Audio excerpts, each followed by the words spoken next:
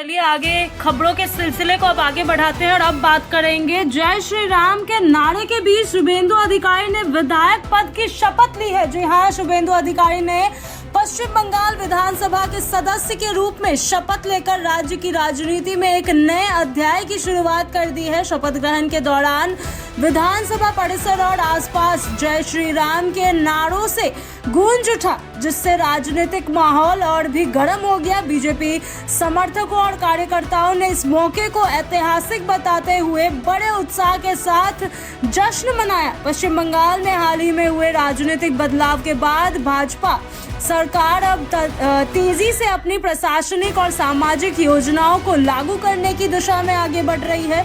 नई सरकार का दावा है कि वह राज्य की सामाजिक सहायता व्यवस्था यानी कि सोशल सपोर्ट स्ट्रक्चर को पूरी तरीके से नए ढंग से तैयार करेगी, ताकि आम लोगों तक सरकारी लाभ सीधे और प्रभावित तरीके से पहुंचाया जा सके। यही नहीं, शपथ ग्रहण समारोह के दौरान विधानसभा परिसर के बाहर भारी संख्या में बीजेपी समर्थक मौजूद रहे। समर्थकों ने जय श्री राम और भारत माता की जय जैसे नारे लगाए। राजनीतिक पर्यवेक्षकों का मानना है कि यह केवल एक शपथ ग्रहण समारोह नहीं था, बल्कि बंगाल की बदलती राजनीतिक दिशा का भी प्रतीक बन गया है। तो वहीं भारतीय जनता पार्टी की नई सरकार अब कई बड़े कल्याणकारी योजनाओं को जैसे कि वेलफेयर स्कीम्स को लागू करने की तैयारी में है। सूत्रों के अनुसार सरकार महिलाओं, किसानों, बेरोजगार युवाओं और गरीब परिवारों को ध्यान में रखते हुए नई योजनाओं की घोषणा जल्द करने जा रही है। जी हाँ,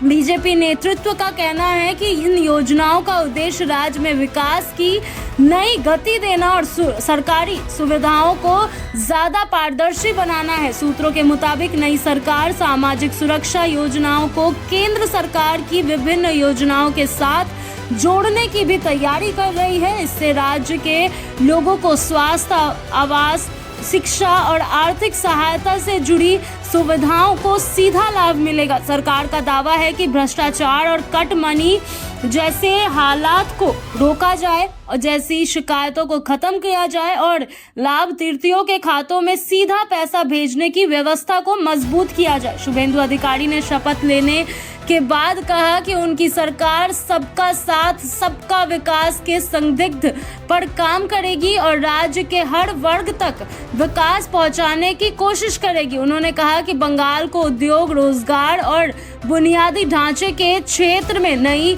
पहचान दिलाने के लिए सरकार बड़े फैसले लेने जा रही है। जी हाँ, राजनीतिक विश्लेषकों का मानना है कि बंगाल में बीजेपी सरकार बनने के बाद राज्य की राजनीति में बड़ा बदलाव देखने को मिल सकता है। लंबे समय तक सत्ता में रही ऑल इंडिया तृणमूल कांग्रेस के बाद अब बीजेपी प्रशासनिक ढांचे और सरकारी योजनाओं में अपनी अलग पहचान बनाने की कोशिश कर रही है। नई सरकार की प्राथमिकताओं में कानून व्यवस्था, उद्योग, निवेश और सामाजिक कल्याण योजनाओं का विस्तार शामिल बताया जा रहा है। सरकार आने वाले दिनों में कई नई घोषणाएं कर सकती है, जिनमें महिलाओं के लिए आर्थिक सहायता, किसानों के लिए विशेष पैकेज और युवाओं के लिए रोजगार योजनाएं शामिल होने की भी संभावनाएं जताई जा रही है। इस राजनीतिक परिवर्तन के बाद राज्य में समर्थकों और विरोधियों के बीच बहस भी तेज हो गई है। बीजेपी समर्थक इसे नए बंगाल की शुरुआत बता रहे हैं, जबकि विपक्ष सरकार के वादों और नीतियों पर